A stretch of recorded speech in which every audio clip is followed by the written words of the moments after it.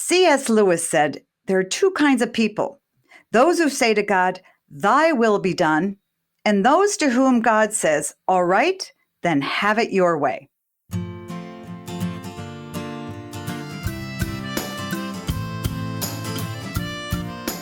Hey everybody, welcome to Parenting Great Kids. This is episode number 163, and I'm your host, Meg Meeker, pediatrician, mom, grandma, and all-around lover of all kids. You know, I never met a kid I didn't like, and I've worked with some pretty tough kids. Today we're going to be talking about single moms raising boys. So if you're a single mom or you know a single mom, listen to the podcast. In my experience, being a single mother and raising a teenage son is one of the hardest tasks there is. But before we go to the interview, I have a question for you. Do you know one of the most important secrets of raising a great kid? It's understanding yourself as a parent. What are your strengths, your weaknesses? What are your parenting blind spots? These are really important for you to understand, so I created a free and fun quiz for you. In less than 5 minutes, I will help you identify your parenting style by asking you a few multiple choice questions. And you'll learn about your parenting style, what you're doing right, and what you need to improve on. And I'll share some tips to get you started. Go to meekerparenting.com/quiz. It only takes a few minutes, and as I said, it's fun and free. So joining me today on the show is Roland Warren. Roland is an inspirational leader with a heart for Christ and a mind for business. After 20 years in the corporate world with IBM, Pepsi, and Goldman Sachs, Roland spent 11 years as president of National Fatherhood Initiative before joining CareNet in 2012 as president and CEO. His national media appearances include Oprah Winfrey Show, The Today Show, CNN, C-SPAN, Dateline NBC, Fox News Channel, and Black Entertainment Television.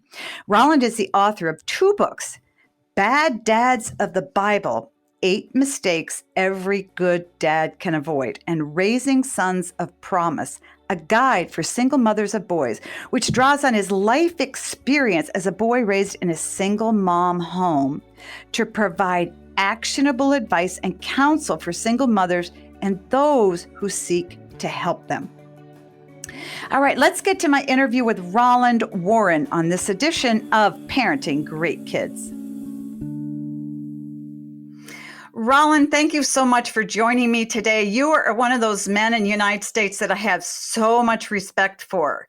You're smart, you work hard, and you have a strong faith, and that's a pretty good triad. So thanks for coming on my show. Oh, thank you very much. You're too kind. I got to record, send that to my wife too, so I get some more information. I think she thinks those things. I think she thinks those things, but it's good for others. Thank you so much. That's right. Raising Sons of Promise is your brand new book that came out in December. It's a fabulous book. Before we jump into it, because you have some very unusual chapters in there I want to get into, but for those in our listening audience who are not familiar with you and the work you do, could you just give us a little bit of your background, particularly, not necessarily the titles, you've had a lot of great titles, but how you grew up and why you got into championing men? Yeah, absolutely. Again, thanks so much for having me on your podcast. Well, a big part of, my story really kind of starts certainly growing up in a home without a dad. When I was about 6, 7 years old, my parents split up. My mom had been a teen mom, had her first child, my older brother, when she was 16, 17 years old, had me when she was 19. And then by the time she was 23, she had 4 kids under the age of 8. And my dad wasn't there. So that really defined a lot of how I grew up, just watching that experience, living in that experience. And God really put a sort of a passion on my heart through the midst of all of that, kind of helping me kind of see as I got older, the impact of the absence of my father and what role that was playing in my life, which frankly, I wasn't aware of that all the time. It took me many, many years to really connect the dots. And then certainly the impact that had on my mom and how she parented us. And to complicate things even more, when I was a junior in college, I got my girlfriend pregnant. Still trying to figure out how that happened, but it's probably That's a private conversation. Yeah. Well, it did, and she was a sophomore. I was a junior. We were both undergrads at Princeton, and we were encouraged to abort. Did not. Ended up getting married. Had our son, and been married nearly 40 years. Be 40 years this May. But so I became a father very early in life. So here's a kid who grew up without a dad, who became a dad very early in life. And so it's kind of an interesting thing that this fatherhood issue, the presence of my father, the absence of my father, me becoming a father, trying to wrestle through what that meant in my life, became a very important point for me. And I worked in the business world for about 20 years, and God called me from I was actually working at Goldman Sachs at the time, to Goldman Sachs, to an organization called National Fatherhood Initiative, which is really focused on helping men be better dads and connecting fathers to their kids heart to heart. And so God really had me on a couch for about 12 years there, really dealing with the fatherhood issue, wrestling with my own issues related to fatherhood, a lot of stuff that I had kind of buried in terms of my own experience.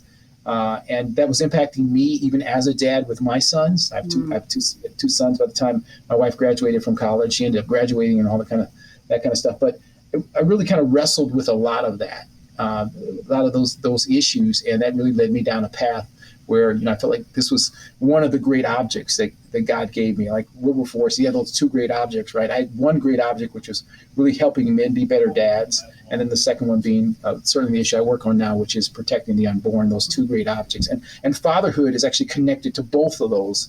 Obviously connected deeply in both of those things. And so, yeah, it's really sort of a big part of kind of what I do and who I am, and why God, in my view, why God's kind of called me to the work that I do now. Well, I'm certainly glad he called you. Many parents, single parents in particular, divorced parents, will say, my kids are doing great. Since a divorce, they're just, they're not really affected. They're doing well in school and they're doing great. And of course, in the typical divorce scenario, at least in Michigan, kids see dad on the weekends or maybe every other weekend, and they're with mom all the time. As a child, you must have been in a lot of pain, I imagine. What would you say to the single mom now who has a 5 or 8-year-old boy? What is that boy experiencing if dad has left? It's interesting because that's a big reason why I wrote this book, because it's really written in a lot of ways from the perspective of, I'm kind of trying to say, I want to tell you what your 8-year-old, 10-year-old son would tell you if he had the kind of communication skills to be able to put that together. Mm-hmm. And I think the biggest thing I try to help people understand is, that kids have a hole in their soul in the shape of their dad. I feel like, God whispers into the wombs of their mother that there's going to be this one who's going to love them like no other. And if he's unable or unwilling to fill that hole, it can leave a very deep wound that's not easily healed. And I say that from the perspective of being a wounded soul.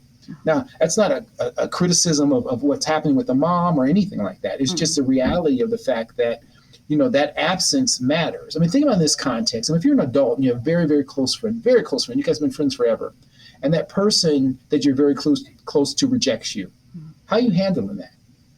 Now, this is not even a person who's bone of your bone and flesh of your flesh. This is not even someone who, by God's design, is supposed to be in a covenant relationship to love you like no other, right? Mm-hmm. How are you processing that as an adult? Now take that same rejection, multiply it, and then put it into an 8-year-old boy. Mm-hmm. And so I really try to help folks understand that. And I think certainly when I look back at my own life and a lot of things that came out and issues and pain that I had related to that absence didn't come out for many, many years, but I was doing things that were connected to that absence, to that loss, that I wasn't really aware of. And the other analogy I often use is that sometimes people think about dads in the context of so you got a pegboard and there's a peg that's a dad peg and we get rid of that peg, right? Right, yeah. And think, well, now we're done. Well, now you got to deal with the hole. So the reality is you may be done with the guy, but your son, your daughter never will be, because that child is bone of the bone and flesh of the flesh. And they're going to have to process either the presence of having a father there. So if you grew up in a home with a dad, you kind of understand that. You negotiate around that. You have to learn how to live with that in the context, right? But if you grew up in a home without a father, now you have to learn what it means to not have that. So either way, as a single mom, I want to encourage them to say, look, you got to lean into that and understand that you've got to help him. Obviously, if you're a married mom and the dad's there, you have to help him understand presence. But if you're not, then you've got to help him understand absence. And unfortunately, too often, there's not a whole perspective on helping the child understand the absence. Well, the child doesn't, but you're right. I mean, they feel these very deep emotions and a lot of pain. And you're right, they can't articulate it. The best they can do as they get older is sort of act them out or let them leak out sideways. And, I wholeheartedly agree with you. And our goal is not to put a guilt trip on anybody listening, because a lot of single moms had no choice. But why in our world do we continue to tell adults that dads don't matter? I mean, they really, take them or leave them. Somebody said to me, why don't we, when a man gets a woman pregnant, what has happened to sort of saying, wait a minute, you have a responsibility here. Why don't we say that anymore? And I said, because I believe that man truly does not believe he's important. So why would he say, I need to step in and take responsibility because it doesn't really matter? Where does that come from? Well, it's interesting. I get a little spiritual here.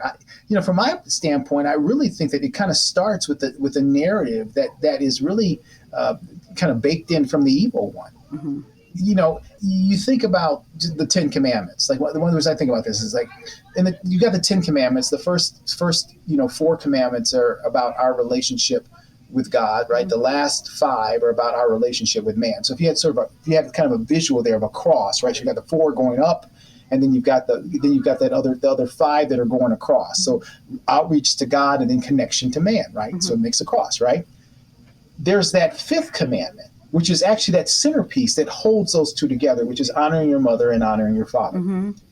And so the visual I always use is like there are these 2 nails, right? So there's one nail that God kind of pounds in automatically, like the honoring your mother. In other words, it's very difficult for a woman to say the child that just came out of her is not hers. Right. Right. So, that's right. So that's a tough one to pull off. But a man can. Yeah. Exactly. So the gut is a different one. And the culture historically, right, had said, no, that's an important nail for us to put in. Right now, if you're going to raise that up and for it to make a cross, you need at least 2 nails, which is one of the reasons why I talk about like just the spiritual development. You think that this young man's going to follow Christ. At that point, those pieces of wood are on the ground, so it looks like a cross. But when he has to stand up and take that faith and own it himself, there's a fall. You see what I'm saying? Yes, so I do. I really believe that it takes at least 2 nails to hold that together. Honor your mother, honor your father. Now, if the evil one has a plan for folks not to honor the Heavenly Father, the best strategy is to have earthly fathers, which are supposed to be a temporal reality of a heavenly reflection, right? Like this mirror that's reflecting that, for that father to be dumb, dangerous, or disaffected. So when I was with National Fatherhood Initiative, God gave me this insight that this is bigger than that it's actually really tied to the kind of spiritual development and really being able to say, our Father, which is how Christ taught us to pray. Well, you're going to have a hard time saying our Father in any way that where there's a hopeful expectation if the earthly father, which is my father, right, is not a good man. Right. So I think that there's a spiritual component to this that people don't really connect to that I think is really, really central here. So I think about fatherhood as common grace, like rain and the wind and the sun and all that stuff is common grace that falls on the wicked and the just. Well, fathering is a common grace thing, and you know that because when Christ was even talking to folk, right, and obviously a bunch of men, he said, though you are evil, right, you know how to give your kids good things. How much more will your heavenly Father give good things to those who ask? In other words, the presumption was that earthly fathers would be good, that they would not give their kid stone instead of bread or a snake instead of fish. that's the presumption, or else that whole framework that Christ used there wouldn't have made any sense. And so I really believe there's a spiritual context to this, that plays out in a big way that kind of gets reflected into the culture as well.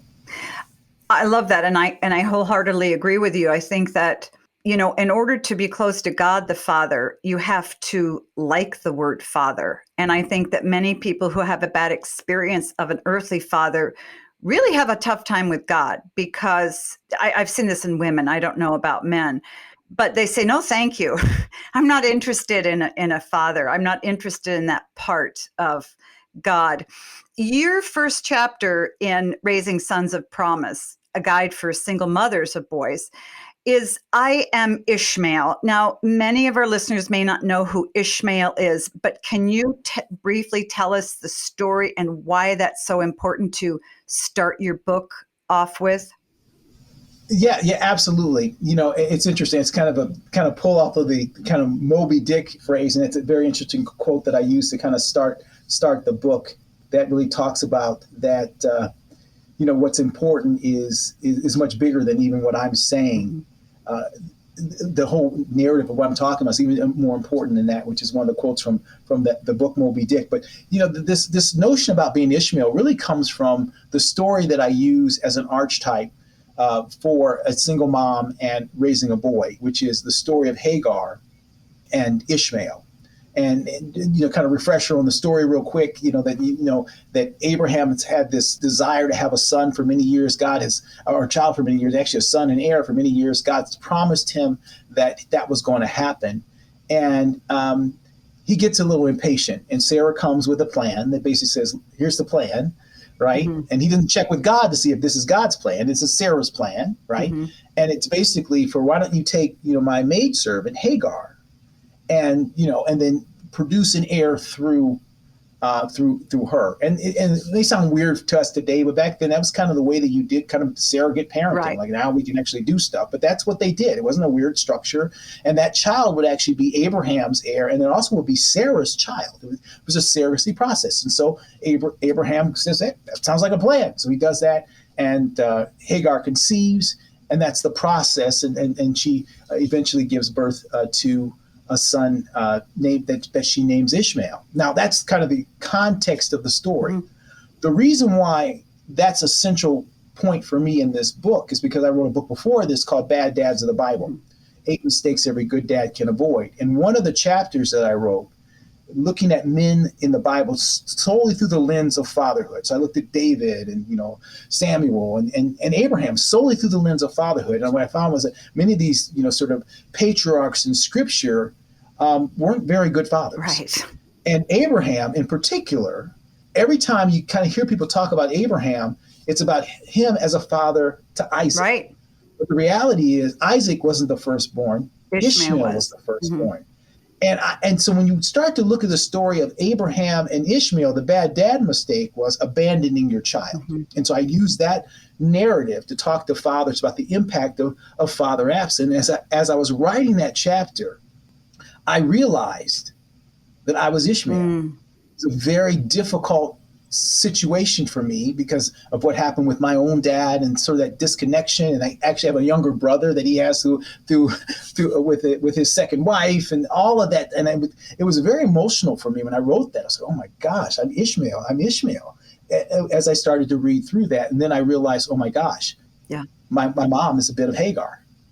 Because the basic principle there is a guy made a promise to you and then he didn't keep it. So that's how the book starts, with that story, my story with my mom, and me having that insight and then using that. But I think that's a critical insight, because I think that when you juxtapose Ishmael and Isaac, you always think of Isaac as this strong kid who, laid on the altar when his dad brought him up there. And I thought, I couldn't. And then you sort of look at Ishmael as, well, he was kind of the sidekick, the side son, Abraham's first go round.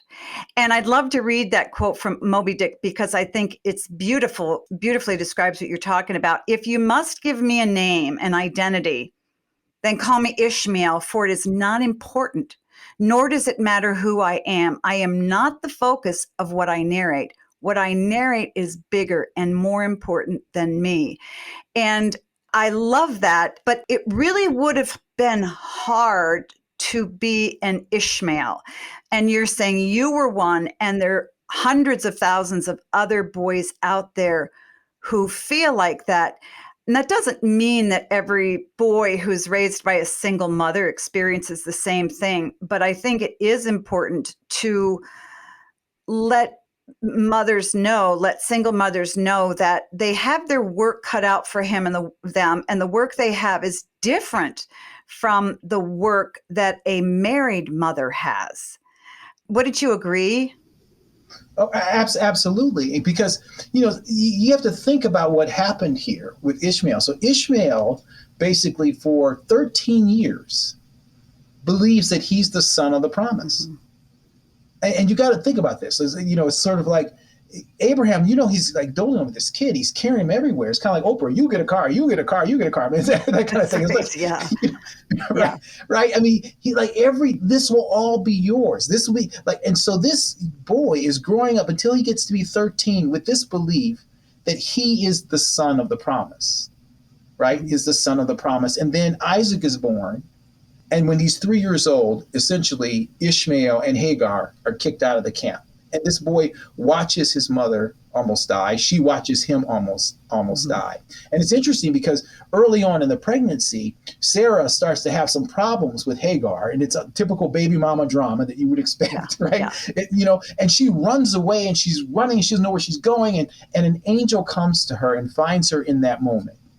Right. And it's interesting because what Hagar says in that moment is so critical, because what she really says is that what really is, it's kind of clarifying for her, is that she's seen. That, in other words, there's a God who sees me. And that's just so powerful. And that's kind of the theme throughout the rest of the book in terms of speaking to Hagar, that you have a God who sees you. Mm-hmm. But the other thing that happens is that Hagar is kind of told about what Ishmael is going to be, mm-hmm. right? And it's not that he's not the son of maybe that promise, but he's got another mm-hmm. promise, right? But there's a part of that which is really interesting to me, because it talks about Ishmael being, basically sort of a donkey of a man at war with all his brothers. And I, as I read that earlier, I thought, well, gosh, is that descriptive or prescriptive? Mm-hmm. Right? And I think that it really is descriptive, because if you're a boy who for 13 years was affirmed and loved by a father and then rejected, and you watch your mother be rejected, you could become a certain kind of guy.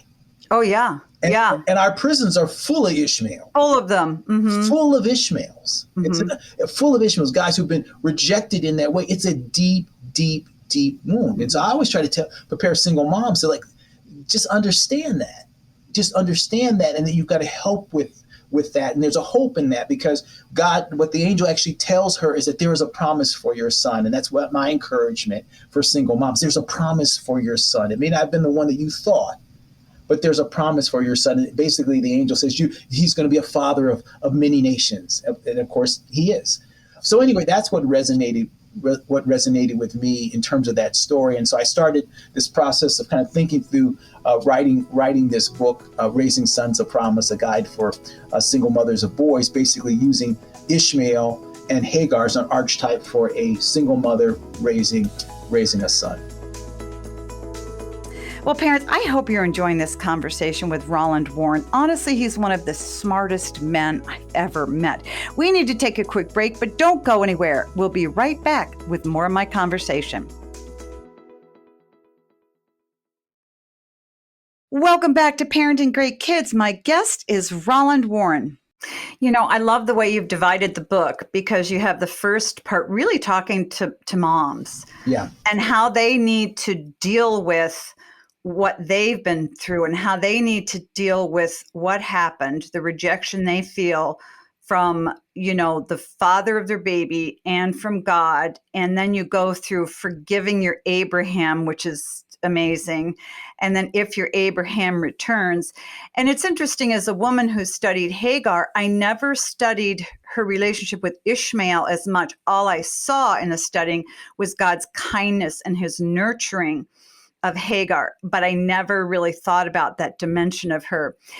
in the second part of your book, so you talk about your journey and then leading your son's journey. And in the second part of the book, you talk about understanding your son's world. And that is so important because as women, it's hard to understand how men perceive the world. And it's really hard to see how our young sons would see the world and what comes at them. So can you talk us through that a little bit about understanding your son's world today in the present tense? Yeah, I mean, it's interesting because the concept of kind of trying to see your son's world, I think a big part of what I do on that part of the book, but also just an overarching principle is that, see, you and your son are on the same path, but you're not on the same journey.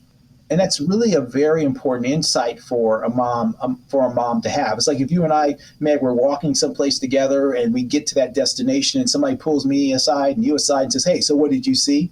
I'm pretty certain that we're not going to say that we saw exactly the same thing. Right, we were on the same path, but we had a very different journey in terms of what we were doing. And so it's for the son's perspective, it's like, here's the journey that he's on. He's on a journey, of going from boyhood to manhood.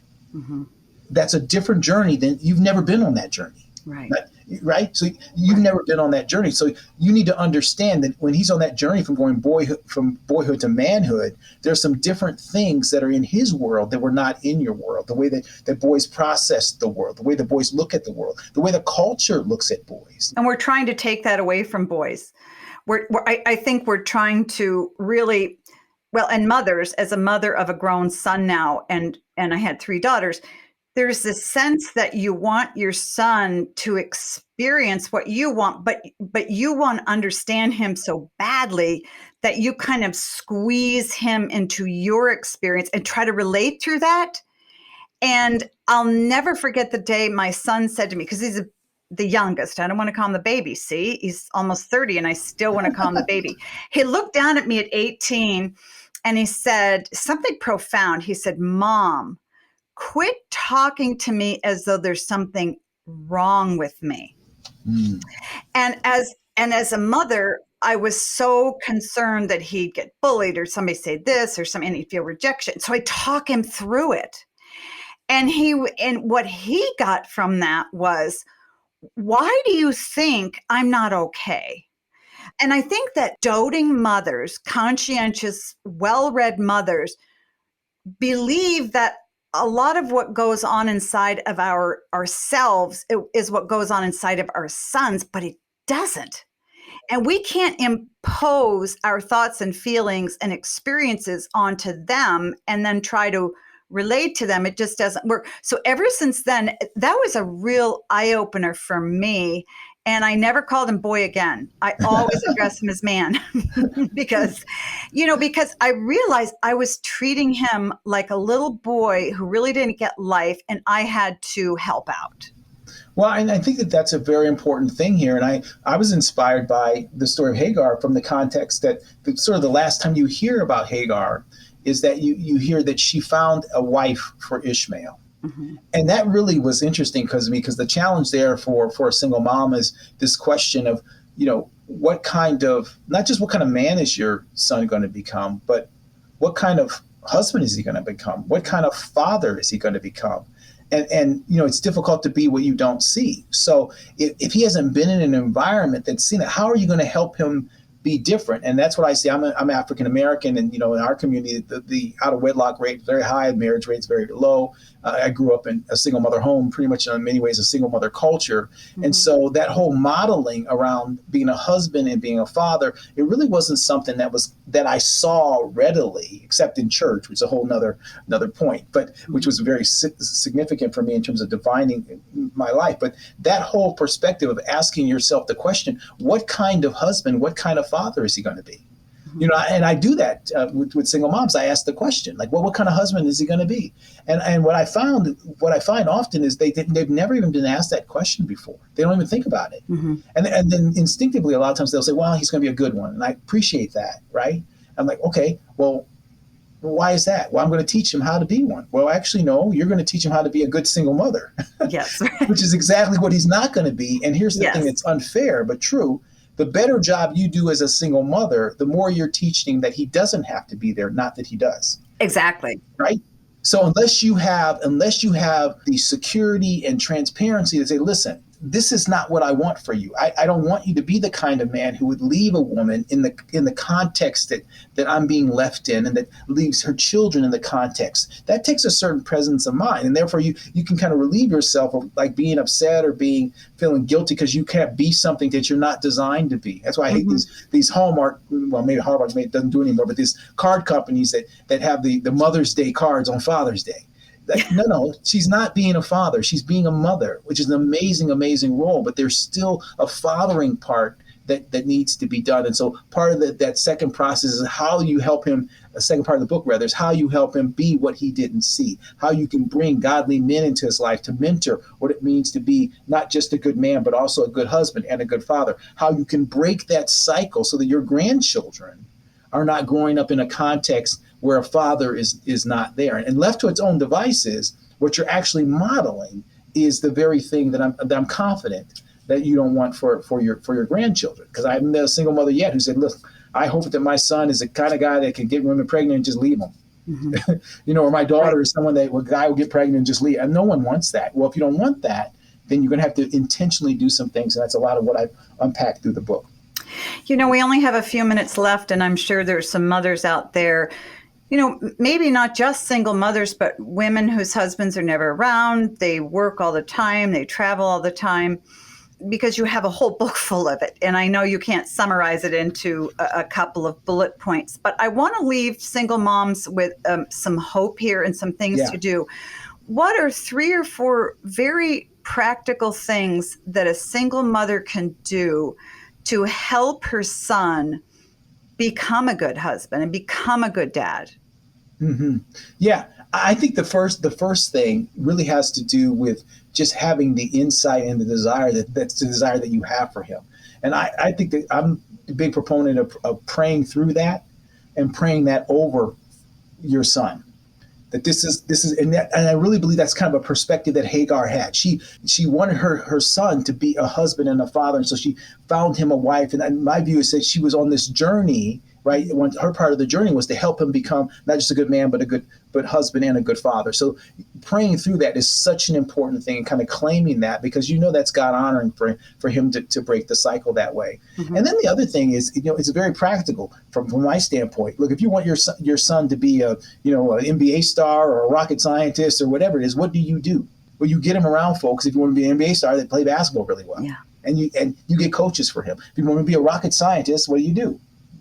Well, if you wanted to be a good husband and a good father and a good man in that context, what do? Well, you need to find men who can kind of speak into that. And you really want to be intentional about that. In other words, I have a process I call being a double duty dad in the book that I unpack in terms of finding men who could be good mentors. And I call them double duty dads. And I don't have time to go through all that. But you're looking for a guy within your own circle of influence who will take your son on in a mentoring type relationship, but not just to be a good man, but also, look, when you're with my son, I want you to point out things about being a good husband. Mm-hmm. And I want you to show that to him. When you did it, well, this is what a good husband does. Mm-hmm. This is what a good father does. I want you to be intentional about speaking that and communicating that to him. That was a real saving grace for me, that even though I grew up in a home without a dad, I went to church. And I saw, my pastor being a good husband and a good father to his kids. And it cast division for me. Mm-hmm. That I said, well, so when I got my girlfriend pregnant, the notion of being a father without being a husband, those things I couldn't see that. That wasn't even in my worldview. I couldn't even connect that perspective. But how did that happen? Because my single mom made sure I went to church and I got involved and connected to men who were doing that and modeled that as well. And I think that the last thing I would say, it's so important that you enter into his world before you expect him to enter yours. It's like you really have to enter into his world. Mm-hmm. And it's a messy place sometimes for boys. They don't communicate the way that girls do. They're not as verbal. There's a lot of stuff about how boys develop, verbally and emotionally that's very, very different from the way girls do. So becoming a student of the way that he engages physically, emotionally, and spiritually, like how you connecting into all those kinds of things. And it's all stuff that you can do, but you just have to understand the way that he's relating to the world, and the way the world expects him to relate to it is very different from what you had. So you become a student of your own son in that regard. And the last thing I would say is lean in even when you think that he's telling you to lean out. Yeah. You really do. I mean, kids, a lot of times, particularly boys, will push you away and this, that, and the other. You hug them anyway. You kiss them anyway. I'm telling you, as a kid, frankly, who didn't get a whole lot of that, I'm telling you, they desperately, desperately need that affirmation, because that hole is still there. And then the final thing I would say is that you really have to be open and willing to reconnect with that father. And that's I talk about that a lot. Oh, that's a tough place to land on, Roland. Well, there's a whole section on what if Abraham returned. Book on that one, yeah. But you're so right. Yes. You're so right, because the instinct is, and I don't know if your mother did this, man, you're mad. And man, Hagar must have been mad at it. I would have. You know, I would have had some choice words for this guy who was supposed to be such a big hero in the Bible. And, but that's our instinct. But I think as women, that's why we need books written by men exactly like this, because there's no way we can get inside our son's world, understand how they're experiencing things, understand what they're up against, and certainly understand what they feel, unless we read and are open to taking it all in. Because men and women, boys and girls, no matter what anybody tells you, are profoundly different people. So, Roland, thank you so much for writing Raising Sons of Promise, a guide for single mothers of boys. It's really more than a guide. I think it's a peek into the mind and the heart of a boy. And I think that any mother who really wants to do a great job, and she can as a single mom, raising a son, needs to read the book so that she can understand. So, Roland, thank you so much for joining me today on Parenting Great Kids. Oh, thank you very much. Appreciate all that you do. Well, I hope you enjoyed my conversation with Roland Warren. Don't forget to check out his fabulous book, Raising Sons of Promise, a guide for single mothers of boys. If you're a single mother, you need to read it. If you know a single mother who is raising sons, get it to them as a gift. Now on to my points to ponder. 1, face your feelings about yourself. Many single mothers feel like failures, even though they didn't choose to be single moms. They live with guilt about how their singleness affects their sons in particular. If you struggle with these feelings, face them. They should not be allowed to control you or impact your sons. The only way to get rid of them is to face them head on, then accept them and heal from them. You'll feel so much lighter and freer. Of course, this is important for your son, but it's equally important for you. 2, forgive the one man, probably, who wounded you. Again, this will help your son, but it'll have a profound effect on your mental health. When we harbor bitter feelings toward another person, in this case, an ex-husband or a man who abandoned your child, they have power over this. Don't let them have the power. The way to get free from it is through forgiveness. Now, I know many object to forgiveness, but if you really want to be free, the only way is through forgiveness. 3, stay connected and help your son find purpose. All sons struggle with their identities, particularly during the teen years. Sons of single mothers can struggle even more because many harbor unhealthy feelings about manhood that they may have picked up from their feelings towards their father. When they don't know who they are or why they're valuable, help your son understand that he was put on earth for a purpose. Your job is to help him find that purpose, and together you can. This is critical to your son's emotional health. Parents, you know that parenting great kids is simple, but it's hard. And what most of us don't realize is that raising a great kid starts with us. So what kind of parent are you? Are you indulgent, balanced, hands-off, controlling? To find out, take my free parenting style quiz. A few questions will help you identify your style, what you're doing well, and where you might need a little bit of work. I'll offer you tips at the end to move forward. So check it out, meekerparenting.com/quiz, or you can find the link in the show notes. I want to thank my guest, Roland Warren, for joining me on the show today. You can follow him at care-net.org. Once again, that's care-net.org. You can also follow Roland on Facebook and Twitter. Just search for Roland Warren in your internet browser.